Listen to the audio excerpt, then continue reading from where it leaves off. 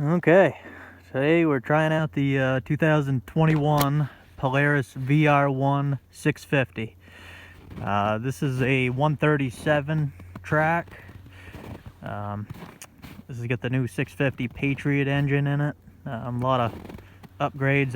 Right now I'm riding a 2020 Polaris Indy XC 600 with the old the clean fire engine, and that one's a 129. So I'm curious to see the differences on this sled.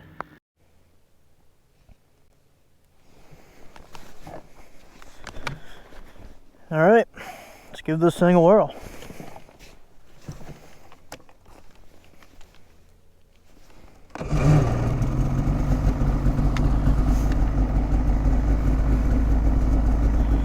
So hopping on it, fairly narrow. Yeah, it's narrower than my 2020. This thing going. This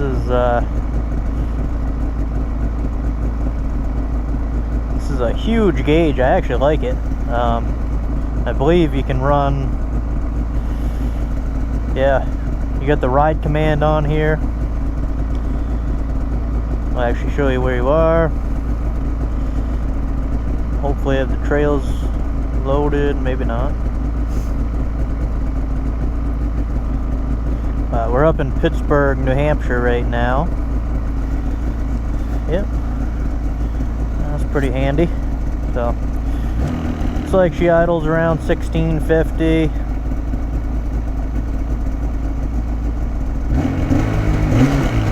Sounds pretty good. Takes off about 3,700. So that's much lower than my 600 clean fire. The 600 clean fire takes off around that takes off at 4,000 RPM. So very smooth power, getting up to speed. My 600. Now that of course that's an older style motor, but it's kind of a peaky motor. You know, you get up into, it engages around 4,000 plus or minus 50, I'd say. And then you know, you get a lot of power with that thing at 6,000 RPMs. This thing is just, it's actually very smooth as far as you know, just hopping on it and giving it a little bit of throttle. It feels like less power just because it is smooth, but we'll boy, that gauge is nice. We'll try her out up here.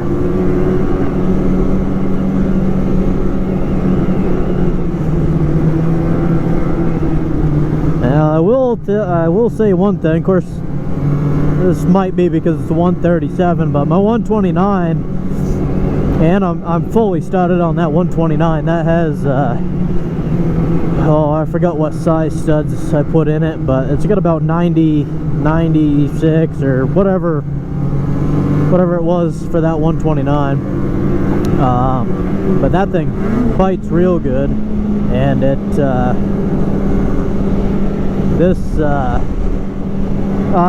what I was getting at is this doesn't seem to lift up in the corners as much as my 129. I just got off that machine.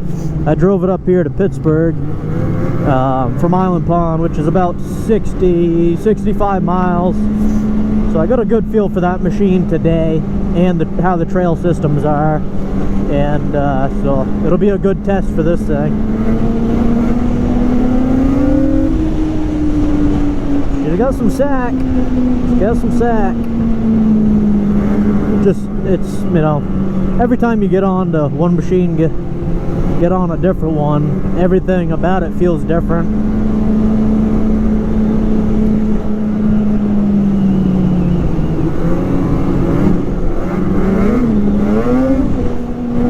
She'll lift the skis up.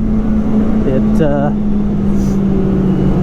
almost seems a little more darty than the XC 129, but maybe it's because it's more planted. like I said, I really gotta lean on these trails today with that thing to keep it from lifting off the ground. Yeah, you get onto this thing, it'll pick right up. Some good power. End of the video, I'll do a ride with mine to show you the differences.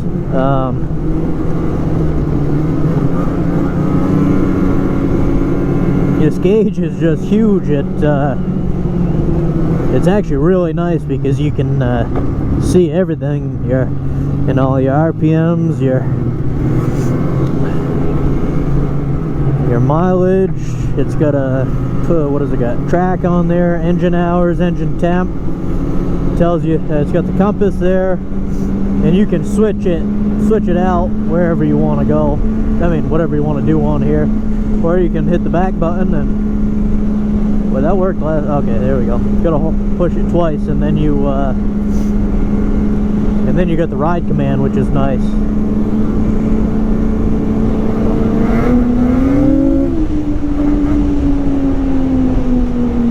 I will say, when you get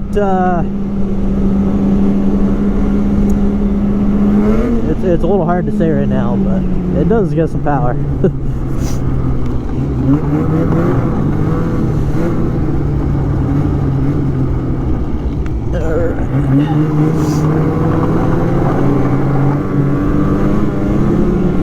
Steering effort is very light, same as my sled.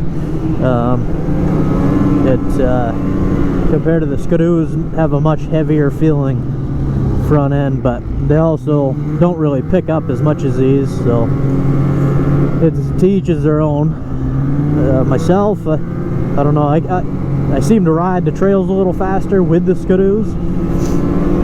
I got an older MXZ 800X right now with the old 800 PTEC in it, and I can ride the trails real quick with that. It never picks the ski up, but it also has a very heavy front end. I'll do, I mean, I've done 200 miles in a day, but you're feeling it after.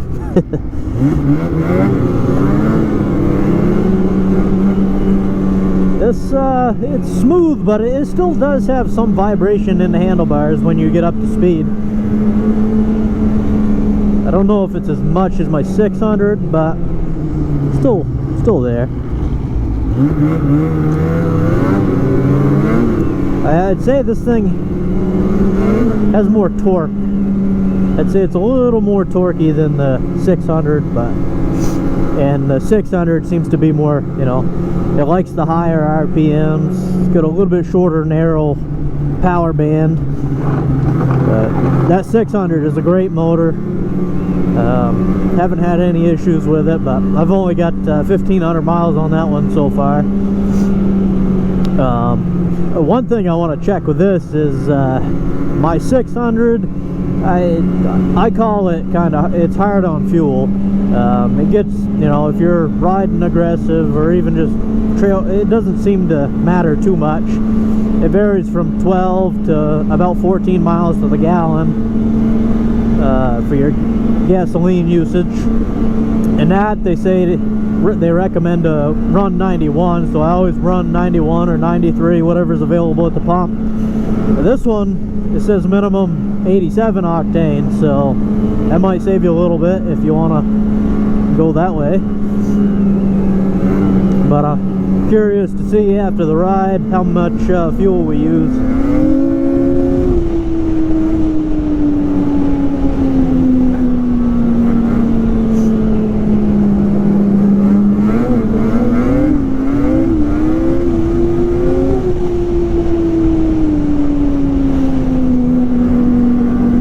Brakes are very good.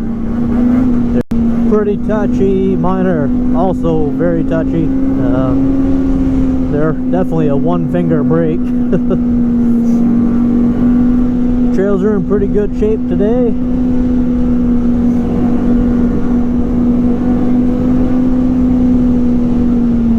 This thing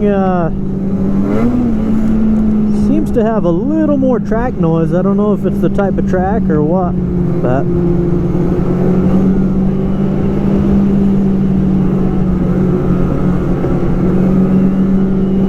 I did hit a few bumps back there before I started videoing, and it takes the bumps very well. I'm guessing that's to do with the 137 track, but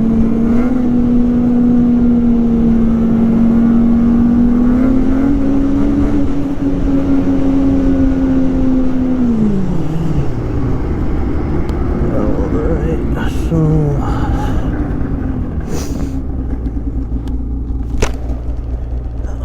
I guess we'll go north.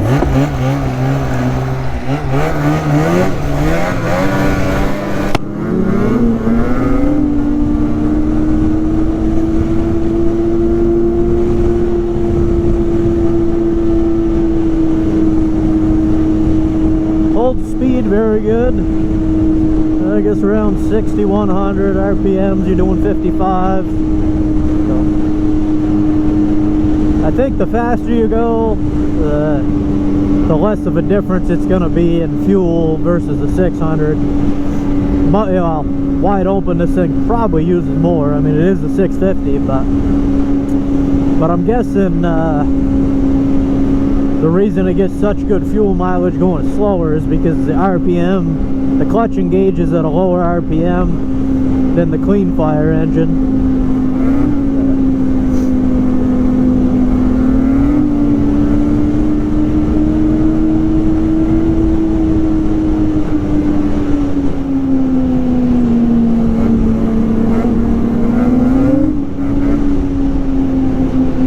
Sounding motor, good sounding exhaust, but I think the 600's got a little crisper sound to it. It's not quite as refined as this thing.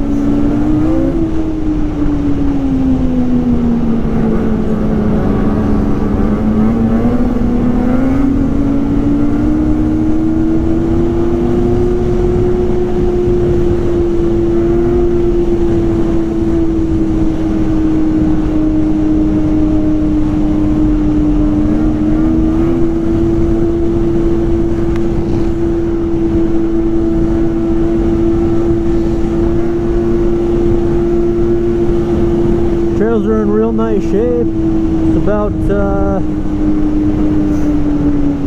oh, it's probably 15, 16 degrees out. It's a little, I think it was 8 degrees when I left the house this morning, so perfect temperature for the trails to be nice and hard. It is supposed to warm up tonight, but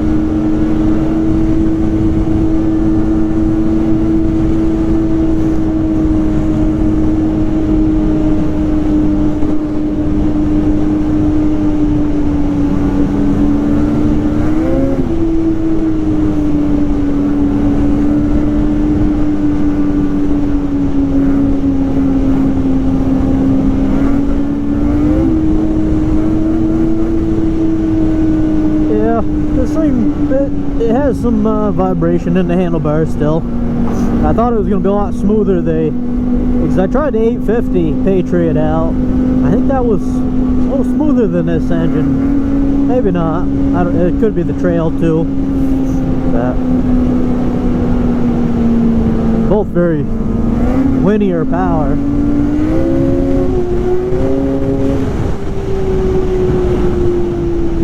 Gets right up to speed very quick.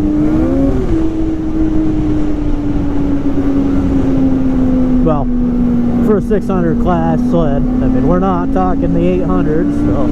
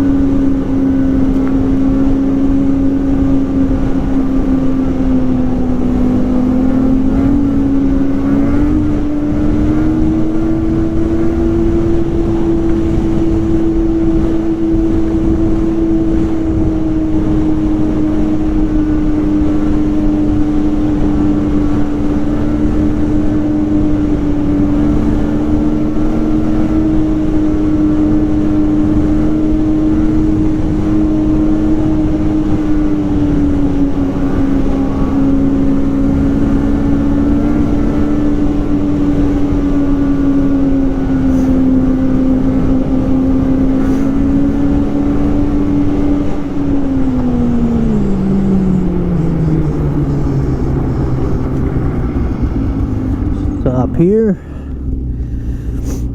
looks like the engine temp's running around 115 degrees. Mine runs 124 usually, if you're on a nice, where there's a lot of snow. But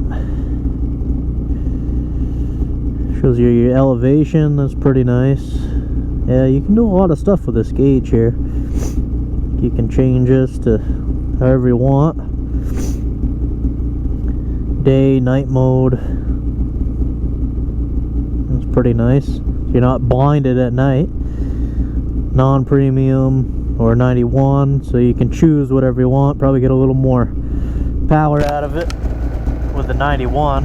And then the heated grips here, you can choose whatever temperature you want, and then you can have your low, high, low, medium, high. That's all pretty handy. Is it needed? No, but it's handy. Yeah, pretty nice. And you get your data, elevation, hours, battery. Yeah, pretty nice sled.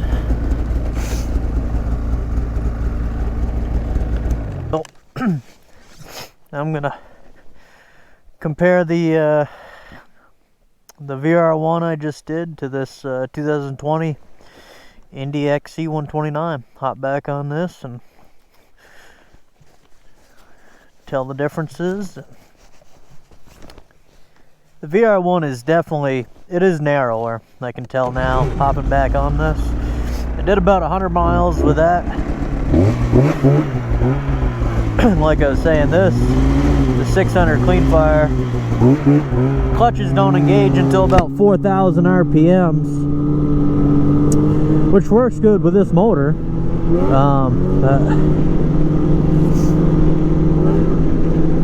I don't know.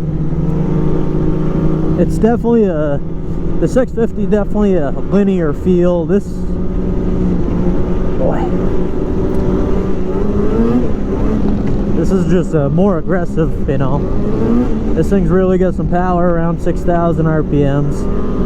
And of course, you know, that's where it starts making its power. 6 to 7 is where this thing likes. There's some traffic out now, but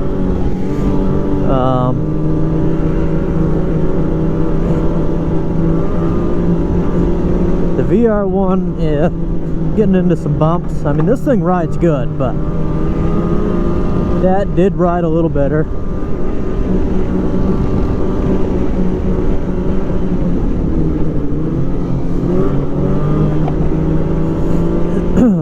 Get up here, we'll open her up a little bit. I mean, this thing moves right along.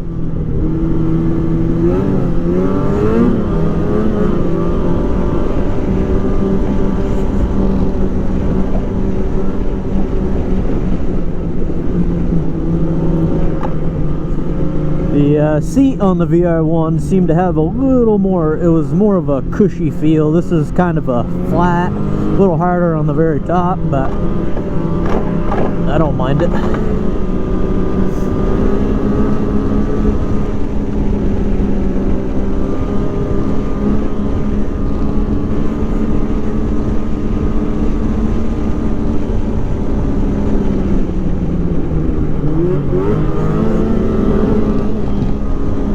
As far as the handlebar layout, very similar.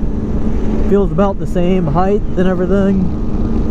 Same width bars. They were a little different, I think, but I don't know.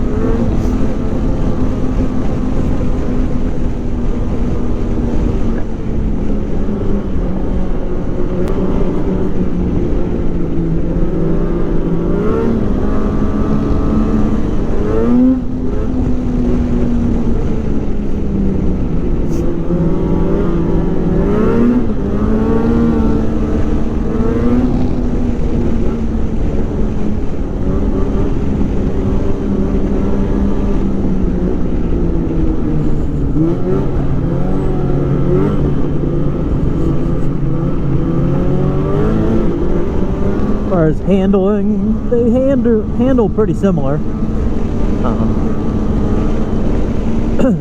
Now, when I was driving the VR1, I was saying that you know, this one had a lot more ski lift. However, it might have been the trails I was on this morning that was causing that ski lift, because right now I'm not getting it. No, I'm not really leaning and not getting that ski lift, so both great sleds for sure.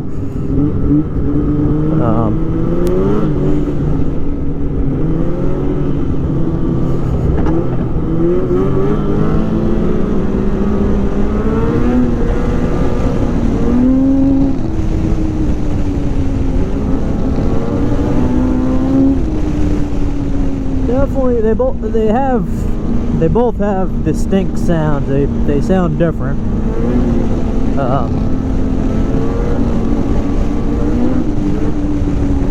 As far as the power, I mean, they both pull friggin' good for 600s, you know. You probably shouldn't compare them to 800s,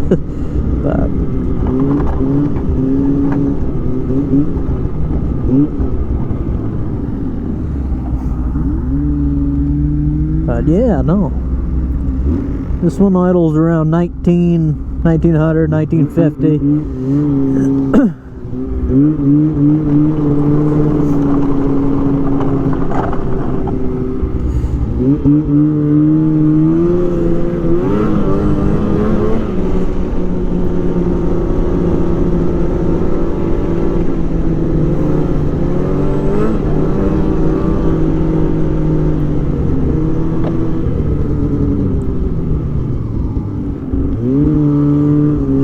When you're cruising around with that 650,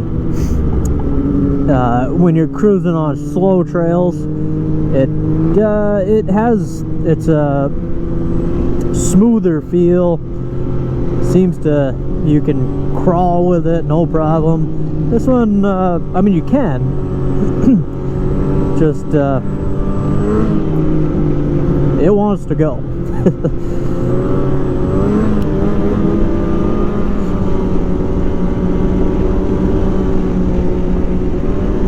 This one, you get up into the 30-mile-an-hour range, where you're approaching like 6 grand for RPMs. That's when she really likes to, get some power down. So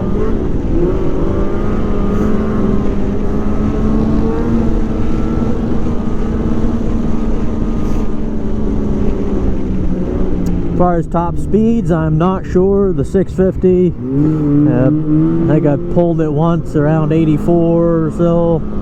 This one I have on a long stretch, hard packed road.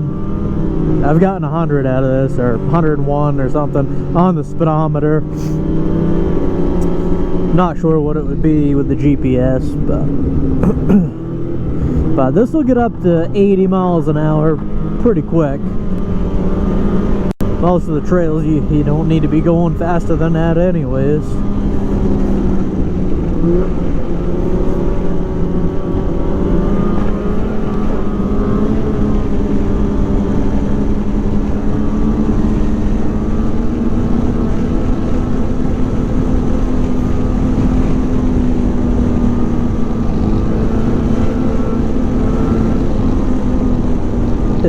This little digital dash, it looks tiny now compared to that the big 7S display they call it on the new VR1. That's a nice gauge. That one, you don't have to squint at all on that thing. You just look and you can tell your speed, you can tell everything. This gauge is nice. It's got everything you want on it. It's got your RPMs, your speed. You can switch it on the handlebar, tell your engine temperature. This one's usually running around 124 degrees. Fuel gauge, trip meters. Doesn't have, hardly anything compared to that 7S, but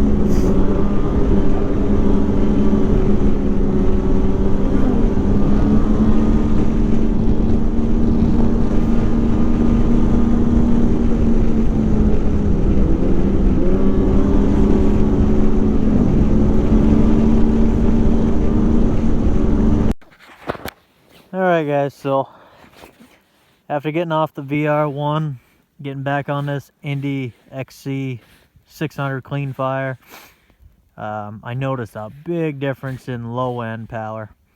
I got onto this thing a couple times right from a dead stop, and that's where you really notice the difference on the 650 Patriot. That thing has got all kinds of sack down low. It's got a smooth engagement, but man, that thing, you get onto it, it lifts the skis up no problem. This takes a second and then it'll go, but I guess time will tell on how that motor works out. Hopefully everything's good, and that was about it. Hope you guys enjoyed the video, and have a good one.